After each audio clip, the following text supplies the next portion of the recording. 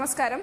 BJP. ദേശീയ നിർവാഹക സമിതി അംഗം സി.കെ. പത്മനാഭൻ നടത്തുന്ന നിരാഹാര സമരം ഇന്ന് 7ാം ദിവസത്തിലേക്ക് കടന്നു. അതേസമയം സി.കെ. പത്മനാഭന്റെ ആരോഗ്യനില മോശമായി വരുന്നെന്നാണ് ഡോക്ടർമാർ പറയുന്നത്. സി.കെ. പത്മനാഭന്റെ ആരോഗ്യനില മോശമായാൽ സംസ്ഥാന ജനറൽ സെക്രട്ടറി ശോഭ സുരേന്ദ്രൻ സമരം ഏറ്റെടുത്തേക്കും എന്നാണ് അറിയാൻ കഴിയുന്നത്. ഇന്ന് സെക്രട്ടേറിയറ്റിന് മുന്നിലെ സമര പരിപാടികൾ സംസ്ഥാന പ്രസിഡന്റ് പി.എസ്. ശ്രീധരൻപിള്ള ഉദ്ഘാടനം ചെയ്യും. ശബരിമലയിലെ നിരോധനാജ്ഞ പിൻവലിക്കണമെന്നാവശ്യപ്പെട്ട് ബി.ജെ.പി. സെക്രട്ടേറിയറ്റിന് പടിക്കൽ നടത്തുന്ന നിരാഹാര സമരം 14ാം ദിവസത്തിലേക്ക് കടന്നിരിക്കുകയാണ്.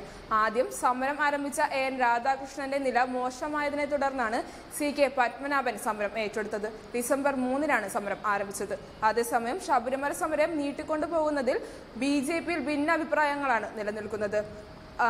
നിൽക്കുന്നതായാണ് അറിയാൻ കഴിയുന്നത്. സമരത്തിന് തുടക്കത്തിലുണ്ടായിരുന്ന പിന്തുണ ഇപ്പോഴില്ലെന്ന് നേതാക്കളിൽ ഒരു വിഭാഗം അഭിപ്രായപ്പെട്ടു. അടിക്കടിയുള്ള ഹർത്താൽ പ്രഖ്യാപനം ജനങ്ങളെ പാർട്ടിക്ക് എതിരാക്കുകയാണ് ചെയ്യുന്നതെന്നും ഇവർ പറയുന്നു. തുടർച്ചയായ ഹർത്താലുകൾ ജനങ്ങളിൽ അമർഷമുണ്ടാക്കി. ഒടുവിൽ നടത്തിയ ഹർത്താലുമായി ജനങ്ങൾ സഹകരിക്കാത്തത് ഇതിന്റെ തെളിവാണ്. പലയിടത്തും ഹർത്താലുമായി സഹകരിക്കില്ലെന്ന് ഹർത്താൽ അനുകൂലികളോട് തന്നെ ജനങ്ങൾ തുറന്നു പറയുന്ന സാഹചര്യവും ഉണ്ടായി. വരും ദിവസങ്ങളിൽ വിഷയം സംസ്ഥാന നേതൃത്വം ചർച്ച ചെയ്യും. ശബരിമല യുവതീ പ്രവേശനവുമായി ബന്ധപ്പെട്ട് ബി.ജെ.പി. സെക്രട്ടേറിയറ്റ് നടയിൽ നടത്തുന്ന നിരാഹാര സമരവും അതിനിടെയുണ്ടായ ആത്മഹത്യയും സമരം ശക്തമാക്കുന്നതിന് ഹർത്താൽ പ്രഖ്യാപിച്ചതും ബി.ജെ.പിക്ക് തന്നെ തിരിച്ചടിയായെന്നാണ് വിലയിരുത്തൽ. കൂടുതൽ വാർത്തകളുമായി ഉടൻ തിരിച്ചെത്താം.